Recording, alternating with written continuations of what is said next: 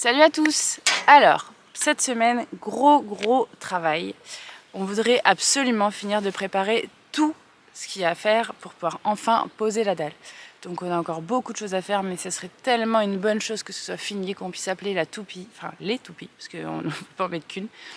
Et comme ça on pourra poser la dalle, et une fois que la dalle sera posée, on va attendre un petit peu et on pourra monter les murs. Ça c'est trop bien, parce que vraiment quand on monte les murs, on voit tellement la différence chaque jour qu'on travaille. Donc voilà. Et vous devez vous en douter un peu, on a eu des vacances cet été, mais bon, ça sert pour aller à la grange. Alors on s'est dit, parce que du coup on veut profiter à Bâle pendant qu'il fait beau de travailler dehors. L'idée c'est que cet hiver, tout soit hors d'eau, hors d'air, pour qu'on puisse bosser à l'intérieur quand il va pleuvoir et tout. Donc là on profite carrément dès qu'on a des jours pour bosser à la grange. Mais on s'est dit qu'on pourrait partir en vacances à travers vous. Alors n'hésitez pas à nous mettre en commentaire où vous êtes partis en vacances, que ce soit en France ou à l'étranger et tout. Comme ça va nous faire voyager un peu. Bon, sur ce je vous laisse parce qu'on a vraiment beaucoup de travail et je compte sur vous pour nous faire voyager.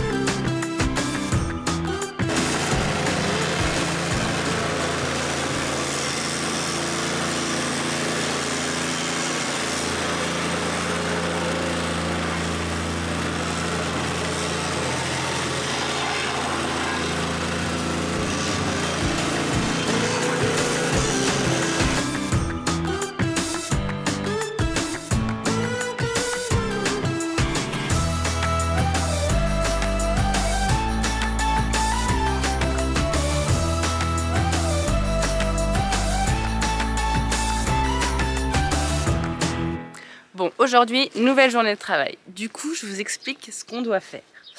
Je sais pas si vous vous souvenez, la dernière fois, j'avais commencé à gratter toute la terre là, mais j'ai pas du tout fini. Donc du coup, il faut que je continue d'enlever toute la terre là, pour pas poser la dalle sur la terre. Là aussi. Alors il y en a pour un moment. La terre, elle est hyper compacte. Du coup, j'utilise un outil vachement conçu pour ça. Un burineur de compète. Non, en vrai c'est pas du tout conçu pour ça, mais elle est hyper tassée, alors du coup ça marche super bien au burineur. Et vous allez me dire oui à la pelle. Oui à la pelle j'ai essayé, et alors je sais pas si je m'y prends comme un pied, mais ça marche pas du tout. Du coup j'utilise le burineur, je me fatigue vachement moins et ça fonctionne très bien. Et en plus de toute façon il faut que j'utilise pour en fait il faut que je casse ça.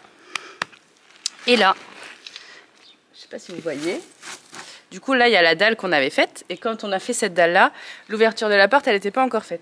Donc du coup, il faut que je casse aussi toute cette partie-là pour que, quand on fasse la dalle de l'extension, on aille jusqu'au bout de cette dalle-là. Mais avoir une vraie dalle bien fraîche.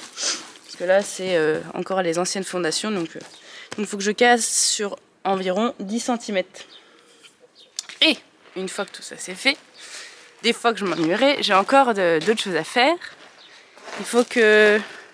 Alors oui, que je vous montre, je vous ai pas encore montré. Je ne l'ai pas montré hier ça. Là on a mis des évacuations. Donc là, ce sera les toilettes. Et donc dans le sable, mais là vous le voyez pas trop. Et il faut du coup que je rajoute à Bâle du sable, avant de mettre des petits cailloux. Les tuyaux, ils vont jusqu'à notre salle de bain. Donc là, alors attendez. Là-bas, ça va être la sortie du lavabo. Et là, on n'a pas encore fini. Du coup, ça va aller jusqu'au bout. Ça sera notre douche à l'italienne. Donc il faut que je rajoute du sable partout dessus pour qu'ensuite on puisse mettre le remblai dessus.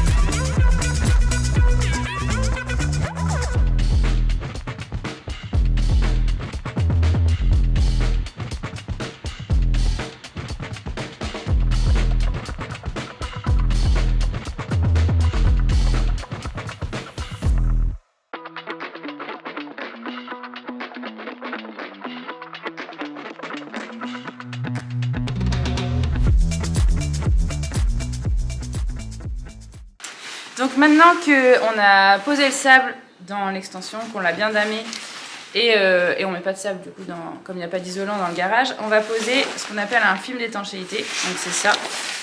En fait c'est comme une bâche très très fine. Le principe du film d'étanchéité, c'est d'éviter que l'humidité elle remonte par le sol et du coup dans la dalle quoi. Donc on la pose sur l'extension et le garage. La difficulté, alors c'est pas très difficile à poser, mais à part quand le vent arrive, c'est plutôt pénible. Mais c'est plutôt quand on ferraille après par-dessus. Donc ce sera pas le cas pour l'extension puisqu'on y met l'isolant. Mais pour le garage, on ferraille directement par-dessus. C'est quand même vachement fin, donc il faut faire attention que la ferraille se prenne pas dedans. Parce que si on fait des trous, ça a vachement moins d'effet pour éviter de faire remonter l'humidité. Donc c'est parti!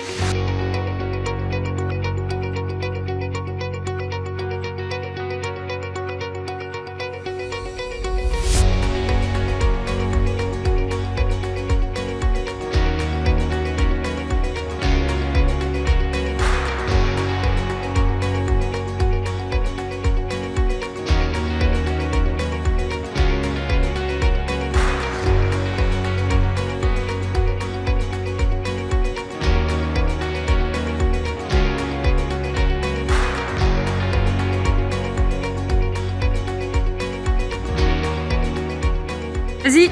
Non, c'est trop tard. Vas-y, allez. Montre-nous ce que c'est qu'un truc intelligent chez un maçon. Allez. Bah là. Ah, c'était scotch orange?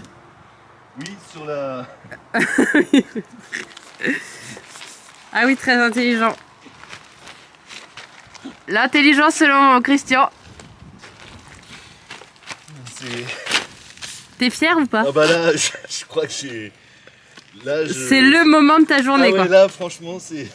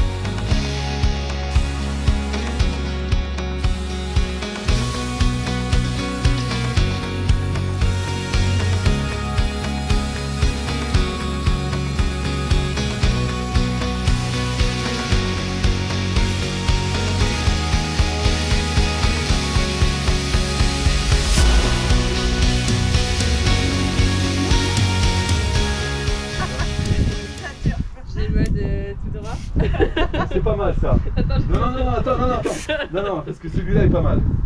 Mais ça a trop mouillé là. Non, fais voir. Non, mais c'est parce que je code pas. Je m'en doutais. Arrête, je vais faire des traces. Non, ça c'est bon. C'est bon. C'est derrière moi. Ouais, alors on arrange tout là. Ok, c'est bon. C'est fraîche. Ok, du coup je fais celui-là. Alors attends, parce que du coup... Derrière toi. Attends. On a oublié le shampoing. Non mais par contre sérieusement je fais derrière toi. Ouais, alors...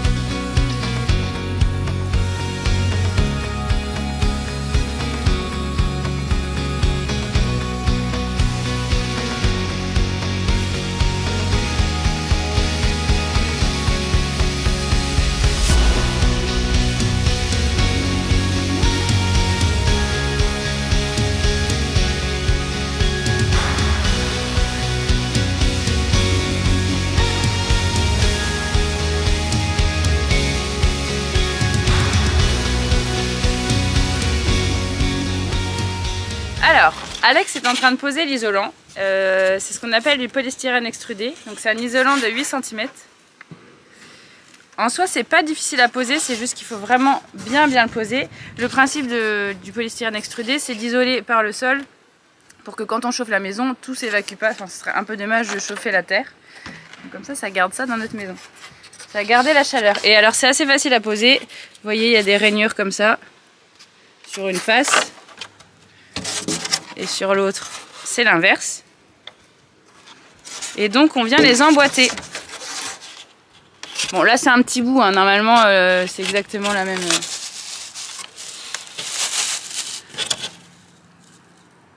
la même longueur de panneau. Et une fois que tout ça c'est emboîté, on y met du scotch tout partout. Comme ça, quand on va couler le béton, ça va pas s'infiltrer, faire bouger nos plaques, et ce qui fait que ça enlève le pouvoir isolant des panneaux. C'est bon. Un petit mot pour la fin? Voilà le travail.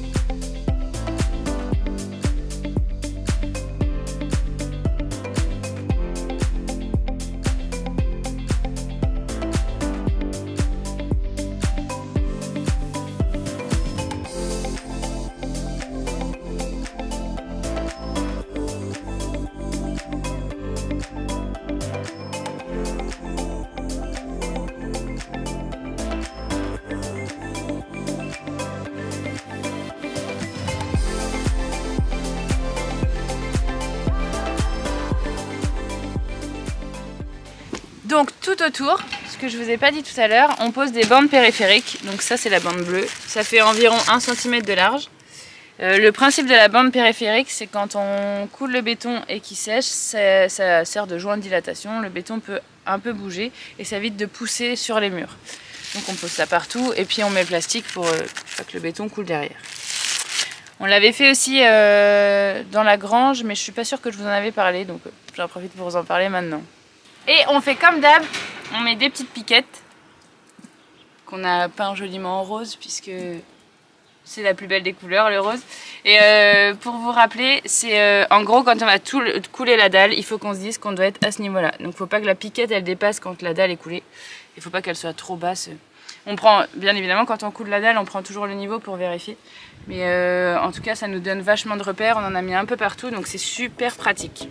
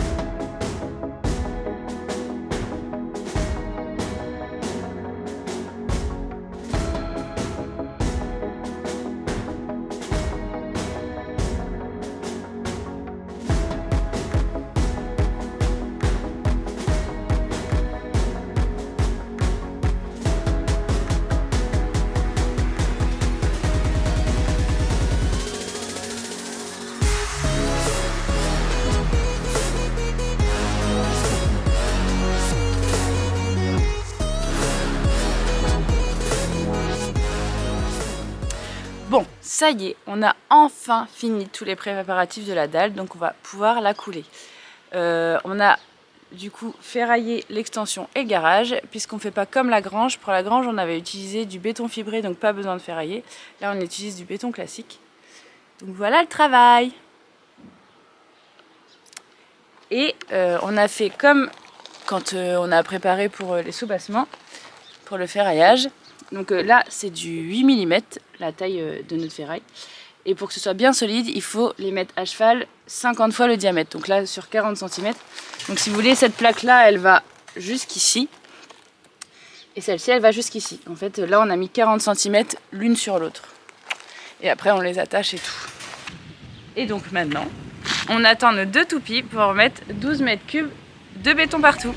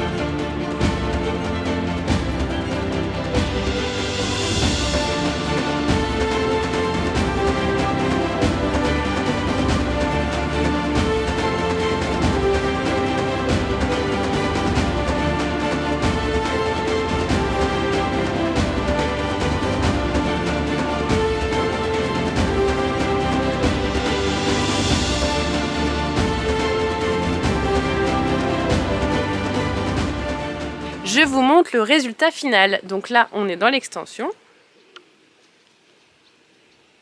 Donc vous pouvez voir les joints de dilatation. C'est pour quand ça sèche, pour pas que ça fissure, comme ça travaille. C'est trop nickel, on est carrément content. Et à côté, le garage.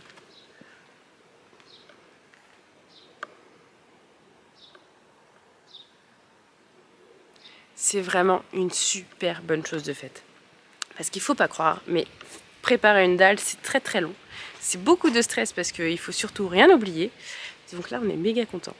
Et donc là maintenant, 21 jours de séchage et après on va pouvoir attaquer de monter les murs. Et après on pourra attaquer la toiture et tout, mais bon, pour l'instant on n'y est pas encore. Hein. Et pendant les 21 jours de séchage, bien évidemment, on ne va pas rien faire. Donc on se met à faire les joints de la façade. Je sais pas si vous vous souvenez, enfin dans plusieurs vidéos avant, j'avais passé le burineur sur toute la façade, donc tout était bien buriné. Et donc là Alex commence à faire les joints. On a fait plein de tests de différents coloris, on les a fait bien évidemment pas sur la façade mais sur le mur du garage, parce que ça se verra moins. Enfin le mur intérieur du garage, le mur qu'on laissera apparent. Et là on s'est plutôt mis d'accord sur une coloris, donc je pense qu'on va pouvoir attaquer la façade, ça va être cool. Et on a encore à buriner tout le reste de la maison. Ça va être méga long. Il va y avoir des centaines d'heures à passer. Faut pas croire, mais le burineur c'est vraiment très long et les joints c'est vraiment très long. Mais l'avantage de ce genre de travail c'est que c'est long, mais par contre on voit aussitôt le résultat et ça va être canon. Quand on va arriver dans notre maison, bim avec les joints, j'ai hâte. Bon, sur ce, j'espère que notre vidéo vous a plu. En tout cas, si c'est le cas, mettez le petit pouce en l'air s'il vous plaît. Vous pouvez aussi commenter. Et puis voilà. Ah, et si dans les nouvelles, grosse nouvelle, vous êtes prêts? La prochaine vidéo dans 15 jours, donc ça va faire début septembre ou fin août, quelque chose comme ça. Ça sera la vidéo du timelapse, le timelapse des 1 an de travaux de la grange. On est méga content d'avancement, on est méga content du résultat. Et on est méga content de la vidéo, donc j'espère qu'elle vous plaira autant qu'à nous. Et si vous n'êtes pas abonné, que vous voulez voir cette vidéo là, il suffit de vous abonner, comme ça vous recevrez la petite notification pour savoir quand elle est sortie. Voilà, je vous souhaite une très bonne semaine et puis à dans 15 jours. Salut!